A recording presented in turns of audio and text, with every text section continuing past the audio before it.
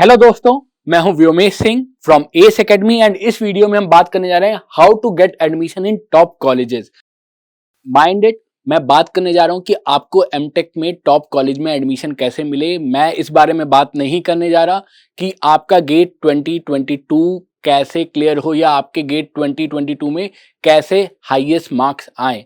तो जो students gate 22 के लिए प्रिपेयर कर रहे हैं, जिनका टारगेट टॉप 100, 200 और 1000 रैंक है, ये उनके लिए नहीं है। ये किनके लिए है? जो एमटेक कंप्यूटर साइंस के लिए प्रिपेयर कर रहे हैं। ये वीडियो एमटेक कंप्यूटर साइंस के लिए क्यों है?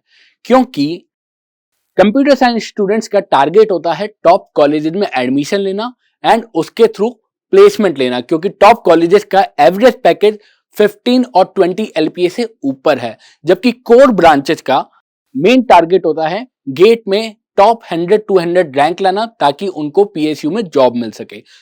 सो मैं आपको बता देता हूं कि ये उन बच्चों के लिए है जो कि एमटेक की प्रिपरेशन कर रहे हैं, कंप्यूटर साइंस के लिए, कोर ब्रांचेस के लिए नहीं है। एंड सेकेंड थिंग, ये एमटेक में कंप्यूटर साइंस टारगेट कर रहे हैं जो स्टूडेंट, उसमें भी उनके लिए है जो कि गेट 23 टारगेट कर रहे हैं।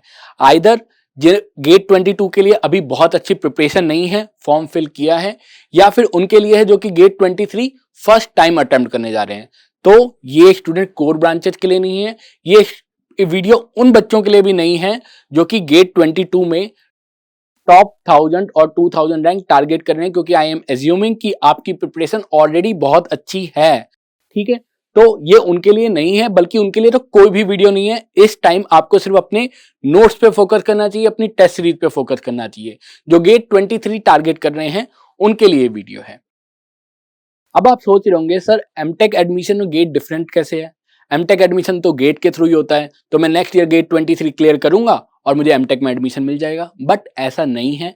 मैं आपको पूरा एक रोड मैप बना के दूंगा कि आपको अगले साल तक एमटेक में एडमिशन कैसे मिल जाएगा। हो सकता है इस साल ही मिल जाए, वो भी टॉप कॉलेजेस में। सो पहले हम बात करते हैं कि टॉप कॉलेजेस हैं कौन कौन से। ये बट ऑब्वियस है, आप कहेंगे सर आईआईसी बैंगलोर है और पुराने 7 आईआईटीज हैं, बट इनके अलावा आईआईटी हैदराबाद है। इसका ऑन एवरेज पैकेज 24 एलपीए से ऊपर गया है। इसके अलावा एक और कॉलेज है जिसके बारे में बहुत कम स्टूडेंट जानते हैं, ISI Kolkata, that is Indian statistical institute. मैं आपको इस साल का फर्स्ट हैंड डेटा बताता हूं, इनका पैकेज 26 लाख से ऊपर है। ठीक है, बहुत सारे स्टूडेंट को इसके बारे में नहीं पता होगा, लेकिन हम इसके बारे में बात करेंगे। इसके अलावा जो और कॉलेजेस हैं, एनआईटीज हैं और ट्रिपल आईटी बैंगलोर है। आप ये भी सोच रहे होंगे ट्रिपल आईटी इलाहाबाद है, ट्रिपल आईटी भुवनेश्वर है, ग्वालियर है, डीटीयू है। हाँ, वो सब हैं, हम उसके बारे में मेन फोकस नहीं कर रहे हैं। इनके अलावा कुछ कॉलेज हैं, ट्रिपल आईटी हैदराबाद आप सब जानते हैं। इनकी वेबसाइट क्लेम करती है कि ऑन एवरेज पैकेज 24 और 26 लाख से ऊपर है। इसके अलावा बिट्स पिलानी है, बिट्स की रेपुटेशन आईआईटी के इक्विवेलेंट है, बहुत सारे आईआईटी से ऊपर है। इसके अलावा एक और कॉलेज है ट्रिपल आईटी दिल्ली, जो कि जस्ट 10 या 12 साल पुराना है, बट यहाँ की फैकल्टी, यहाँ की रिसर्च बहुत अच्छी है और पैकेज भी बहुत अच्छा है। अब मैंने ये सारे कॉलेजेस कलर्ड किए हैं। क्यों कलर्ड? क्योंकि यहाँ पे एमटेक में एडमिशन विदाउट गेट भी होता है। हम एक एक करके सबके बारे में बात करेंगे और मैं आपको एंड में बताऊंगा कि आपका रोड मैप क्या होना चाहिए, how should you prepare to get admission in top colleges. सबसे पहले हम बात करते हैं आईआईटी हैदराबाद की।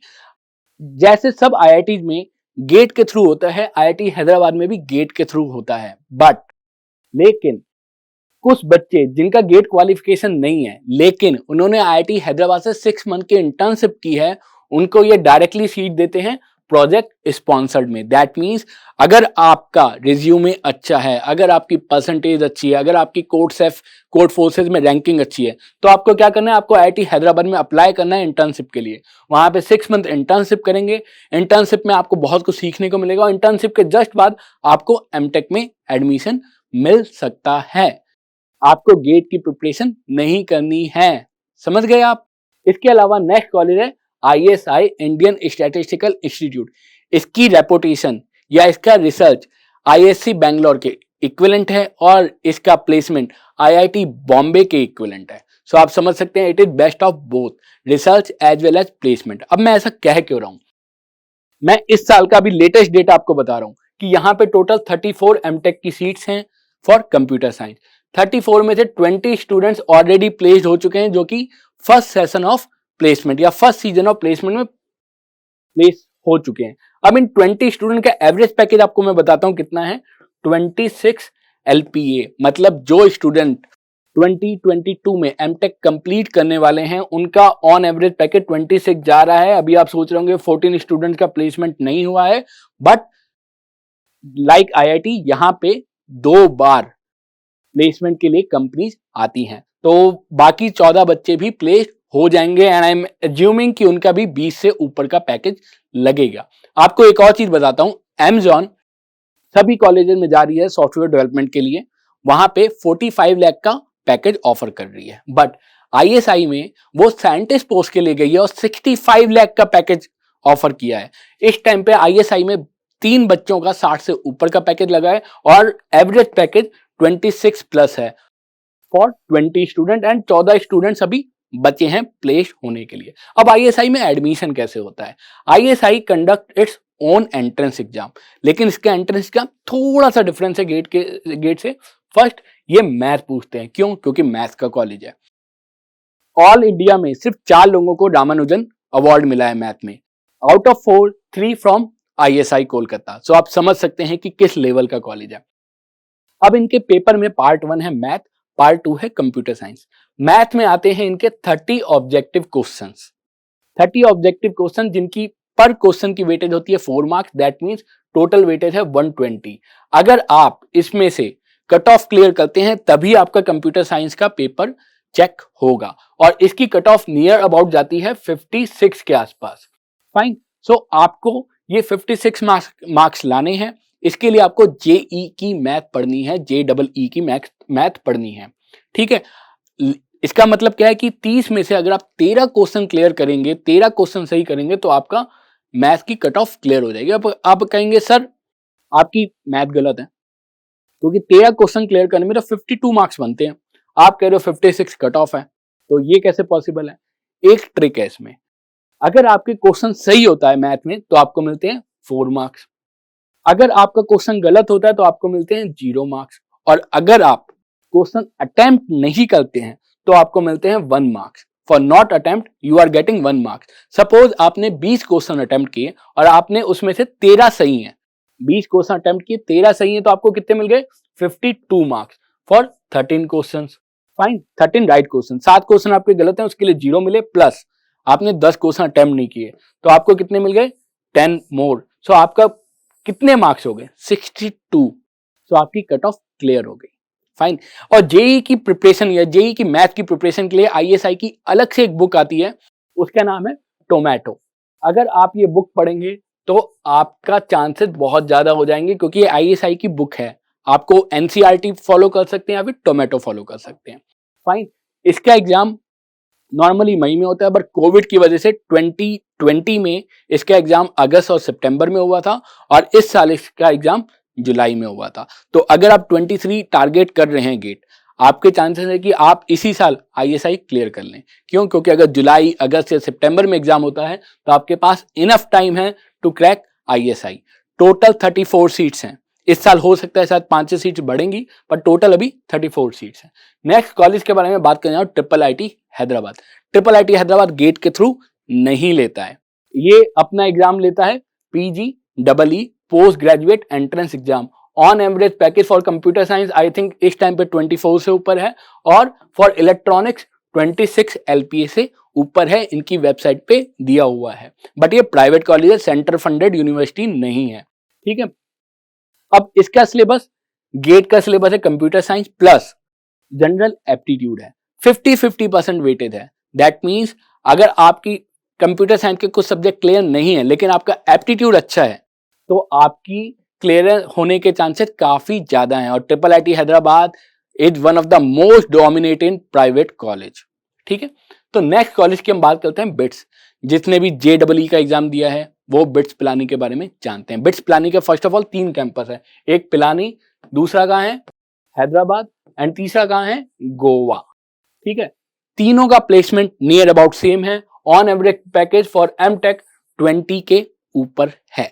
तो कॉलेज नो डाउट बहुत अच्छा है, आईआईटी इक्विवेलेंट कॉलेज है, आप सबको पता है ये, और इंडिया का one of the oldest college है। ठीक है, इसका एग्जाम होता है, क्या नाम है, हायर डिग्री टेस्ट होता है, एचडी टेस्ट। फाइन, अब इसमें क्या होता है, part 1 and part 2, part 3, 3 part होते हैं। पार्ट 1 में क्या होती है, आपकी मैथमेटिक्स पूछी जाती है, आपकी लॉजिकल रीजनिंग पूछी जाती है और आपकी इंग्लिश पूछी जाती है। इसके अलावा पार्ट 2 होता है जो कि कंप्यूटर साइंस होता है। पार्ट 3 होता है जिसमें सॉफ्टवेयर सेक्शन पूछे जाते हैं। पार्ट 1 कंपल्सरी है, पार्ट 1 सारे स्टूडेंट्स के लिए कंपल्सरी है। अब पार्ट 2 और पार्ट 3 ऑप्शनल है, डिपेंड ऑन कि आप कौन सी ब्रांच चूज करते हैं। अगर आप कंप्यूटर साइंस चूज कर रहे हैं तो आपको सिर्फ कंप्यूटर साइंस का एग्जाम देना है। अगर आप सॉफ्टवेयर सिस्टम चूज कर रहे हैं तो आपको सिर्फ सॉफ्टवेयर सिस्टम का एग्जाम देना है। लेकिन अगर आप दोनों चूज करना चाहते हैं तो आप तीनों एग्जाम देंगे और टोटल लेंथ एग्जाम की हो जाएगी 4.5 आवर्स। तो ये मैराथन टेस्ट हो जाएगा। सो आपका टेम्परामेंट होना जरूरी है, आपको इसके लिए पहले से प्रिपेयर करना जरूरी है। सिलेबस मोर और लेस दोनों का सेम है, बल्कि सॉफ्टवेयर सिस्टम का सिलेबस काफी कम है, क्योंकि इन सॉफ्टवेयर सिस्टम वो प्रोग्रामिंग और डेटा स्ट्रक्चर पे ज्यादा फोकस करते हैं, पूरा गेट का सिलेबस नहीं है। सो कंपैरेटिवली ये इजी टेस्ट है, लेकिन इसकी शीट्स भी कम है।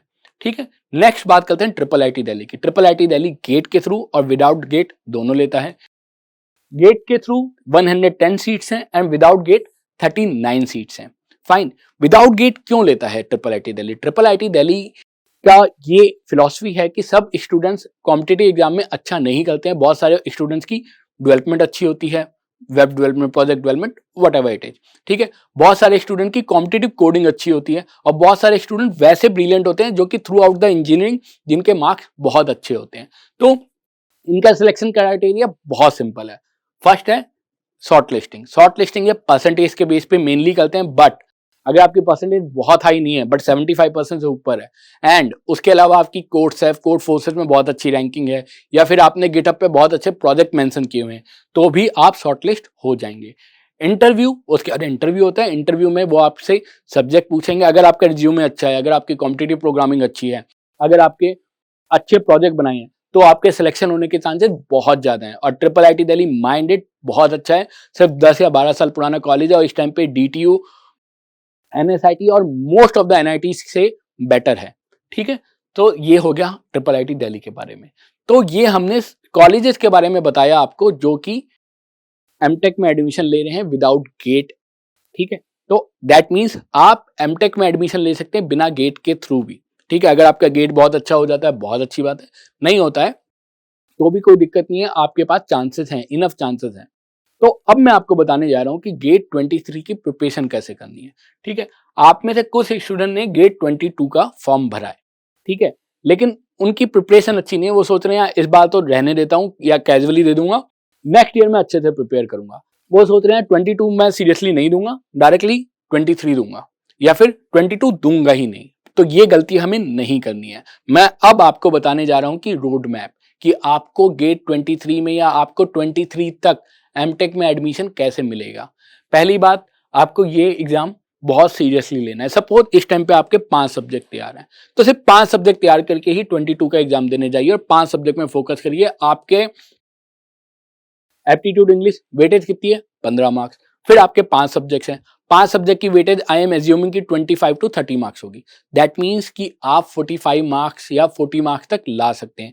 40 marks is good enough to crack the colleges like DTU and NSIT. Fine, जहां का प्लेसमेंट बहुत अच्छा है।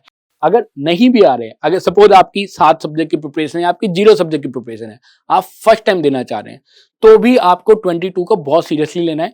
अगर आपके 5 या 7 सब्जेक्ट तैयार हैं तो आप कोई नया सब्जेक्ट मत तैयार करिए, आप उनको रिवाइज करिए। अगर आपके कोई भी सब्जेक्ट नहीं तैयार है तो आप 3 सब्जेक्ट तैयार करिए। First is DSA. डीएसए में प्रोग्रामिंग इंक्लूड हो जाती है। Next is algorithm.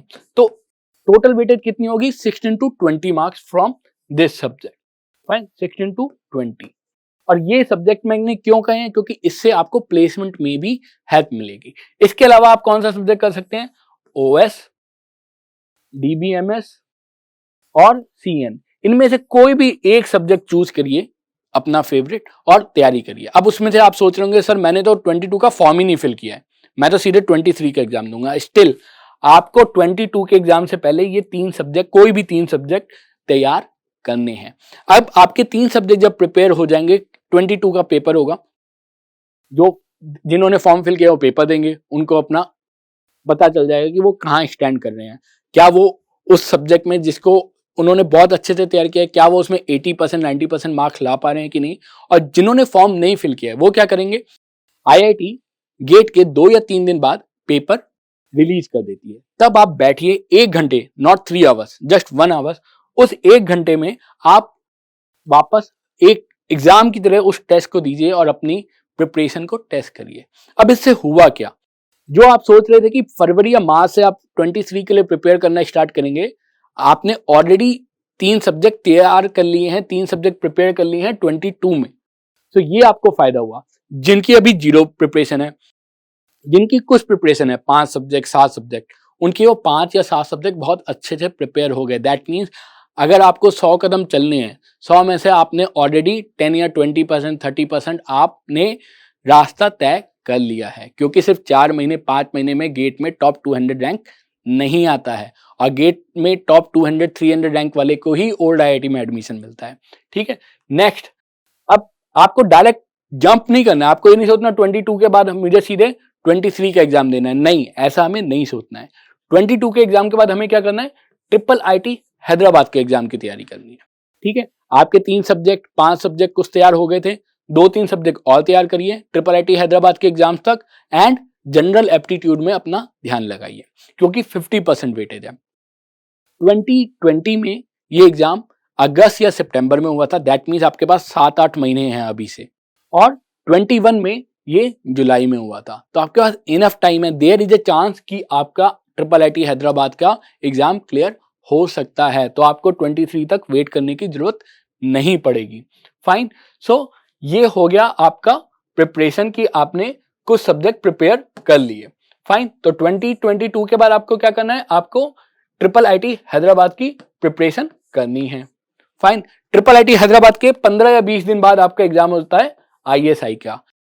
2020 में इसका एग्जाम हुआ था सितंबर में, इस साल इसका एग्जाम हुआ है जुलाई में। तो हम अगर कोरोना की वजह से कुछ ज्यादा डिले नहीं होता है तो इसका पेपर मई में होगा, अदरवाइज जुलाई अगस्त में हो सकता है। तो अगेन आपके पास टाइम है। सपोज आपने यहाँ पे 3 सब्जेक्ट तैयार किए थे, यहाँ पे आपके 5 हो गए, और यहाँ तक आपके 7 सब्जेक्ट तैयार हो गए। ठीक है, आप अपने आप को टेस्ट करते जा रहे हैं लाइव। ऐसा नहीं है कि आप अपने आप को टेस्ट सीरीज में चेक कर रहे हैं, आप कहाँ कर रहे हैं, लाइव एग्जाम में आपका टेम्परामेंट चेक हो रहा है। उसके बाद आप क्या करेंगे, बिट्स पिलानी का एग्जाम देंगे। बिट्स पिलानी का एग्जाम होता है जुलाई में। ठीक है, तो इस साल आपके, मैं कह रहा हूं 0% चांस है अगर आप एग्जाम नहीं देंगे। अगर आप एग्जाम नहीं देंगे तो कितने परसेंट चांस है आपके एडमिशन होने के, 0। अगर आप देंगे तो 1% तो चांस है, और 1% चांस के अलावा क्या है कि आपकी प्रिपरेशन होती जा रही है।